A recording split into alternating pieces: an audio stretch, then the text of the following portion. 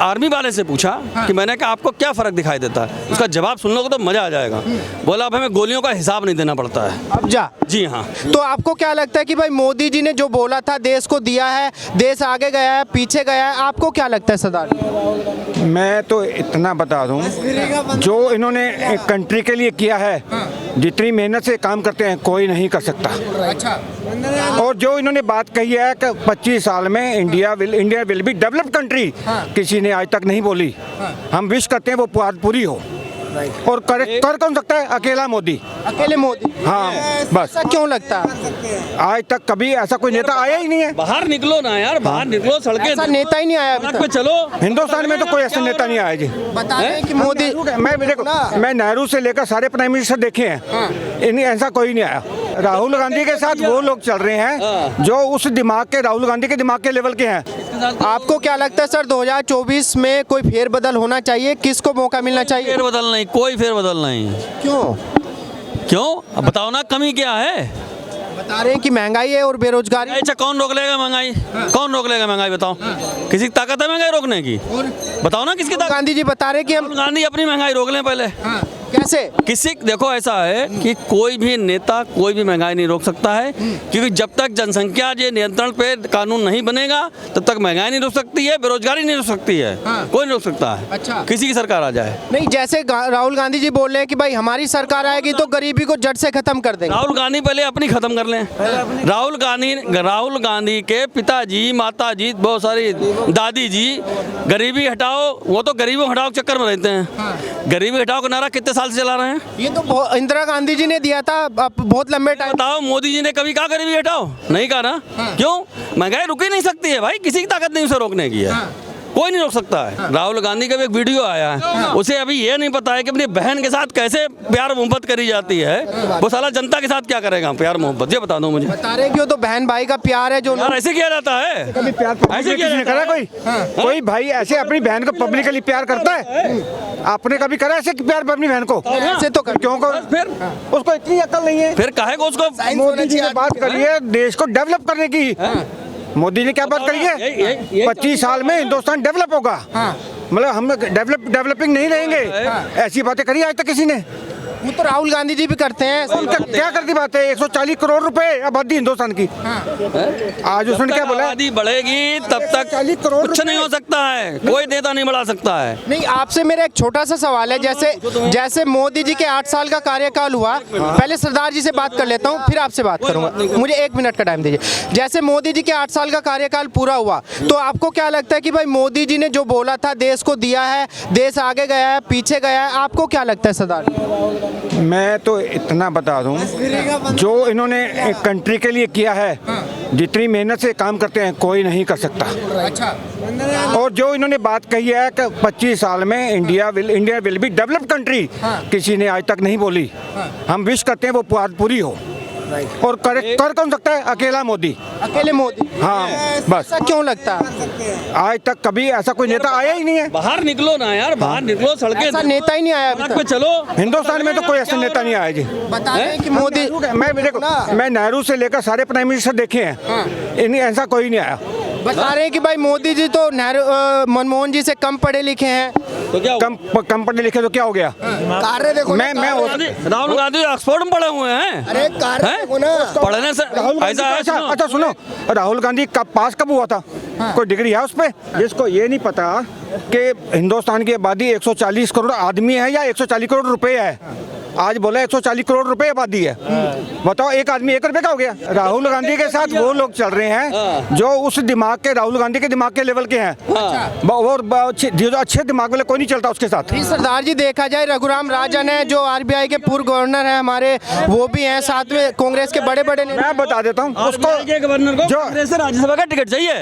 हाँ, इसलिए मैंने बोल रहे हैं वो टिकट के लिए चल। कोई बात नहीं, देख लेना 4 दिन बाद 10 दिन बाद देख लेना। भारत जोड़ो क्या यार? एक भारत जोड़ो कह रहे ना, हिमालय की सरकार तो जोड़ के बना नहीं सका। हिमाचल प्रदेश की 1 महीना हो गया, जून के आगे मेंबर सरकार फिर नहीं बनती। वो कहते हैं मैं मेरे से बनेगा, मेरा बनेगा, मेरा बनेगा, जोड़ ही नहीं पा रहे अपने। बना तो दिया सुखविंदर सिंह सुक्खू जी को। थोड़ी सरकार बनती है, सरकार मिनिस्ट्री से, पूरी मिनिस्ट्री से बनती है। अच्छा। तो वो तो बना नहीं पाए, तो भारत क्या जोड़ लेगा ये? नहीं, जैसे बता रहे हैं कि भाई हिमाचल प्रदेश में तो असर देखने को मिला उनकी यात्रा का। ऐसा है, सुनो, हिमाचल प्रदेश की बात अलग है, क्योंकि वहाँ पर हर साल जनता का ये सिस्टम है पूरा कि उन्हें चेंज करना है। एक तो ये है, और दूसरा ये है कि वहाँ पर कुछ देखो कहीं के एंटी एक यहाँ पे पता क्या हुआ है, जैसे जिनको टिकट नहीं देंगे ना वो बागी बन के दूसरी पार्टी में शामिल है, तब जाके हारी है बीजेपी। अच्छा। नहीं तो नहीं हारते। अच्छा, कोई बात नहीं। और वो उन्होंने उसे एक लॉलीपॉप दिया था, वो जो पेंशन ओल्ड स्कीम लागू करेंगे उसकी वजह से, उसको देने की वजह से खजाना खाली हो जाएगा। अच्छा, हाँ, मुद्दे दो हैं, एक है बेरोजगारी और एक है महंगाई। दो ही मुद्दे हैं, किसी की ताकत नहीं जो रोक ले, इनको किसी की ताकत नहीं रोक ले। इसे इम्प्रूव क्या कर लेगा? क्यों ऐसा क्यों इसलिए नहीं हो सकती है कि जिस संख्या में जनसंख्या बढ़ रही है उस संख्या में रोजगार नहीं हो सकता है ना। तो हमें सबसे पहले टारगेट करना पड़ेगा उसकी जड़ पे है। जड़ का मतलब ये कि जनसंख्या नियंत्रण कानून वो जड़ है उसकी, उस जड़ को आ जाएगा, उसका असर फिर आपको 10 साल बाद दिखने लगेगा। कांग्रेस तो ये बोल रही है कि भाई चाइना में भी तो हमसे ज्यादा जनसंख्या है, वहाँ पे तो लोग कर रहे हैं सारा काम। चाइना तो कानून यहाँ पे ला सकते हो? वो डेमोक्रेटिक कंट्री नहीं है, उसकी बात मत करो। ये हमारा डेमोक्रेटिक कंट्री है। वो तो गोली भी मार देते हैं वहाँ पे, पता नहीं लगता कब चले गए आदमी, कहीं मार दिए।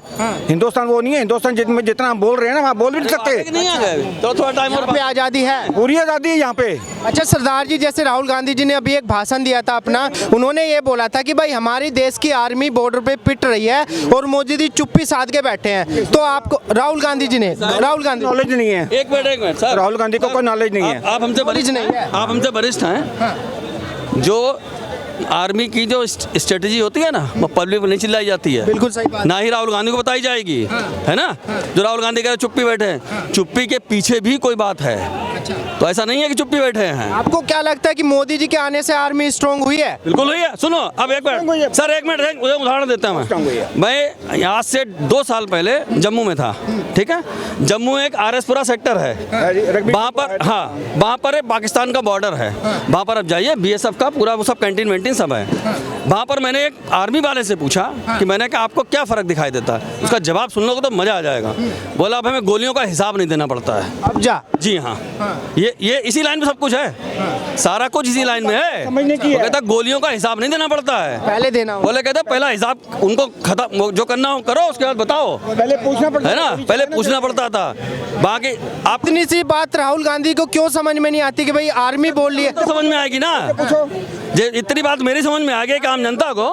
पढ़ा हुआ इंसान, दो चीज होता है, एक होता है प्रैक्टिकल, एक होता है थ्योरी। अगर आप थ्योरी पे चलोगे तो आप सक्सेस नहीं हो पाओगे, और जब तक आप प्रैक्टिकल नहीं करोगे तब सक्सेस हो जाओगे जब आप प्रैक्टिकल करोगे। राहुल गांधी जी को अभी कुछ आता नहीं, क्योंकि जो संसद भवन में बैठ करके आंख मार सकता है वो भविष्य को कैसे चला सकता है? हाँ? कैसे चलाएगा वो? उसके हाथ में देश दे दो, वो कल को पता चलेगा चीन बॉर्डर पे जाके आंख मारेगा। हाँ?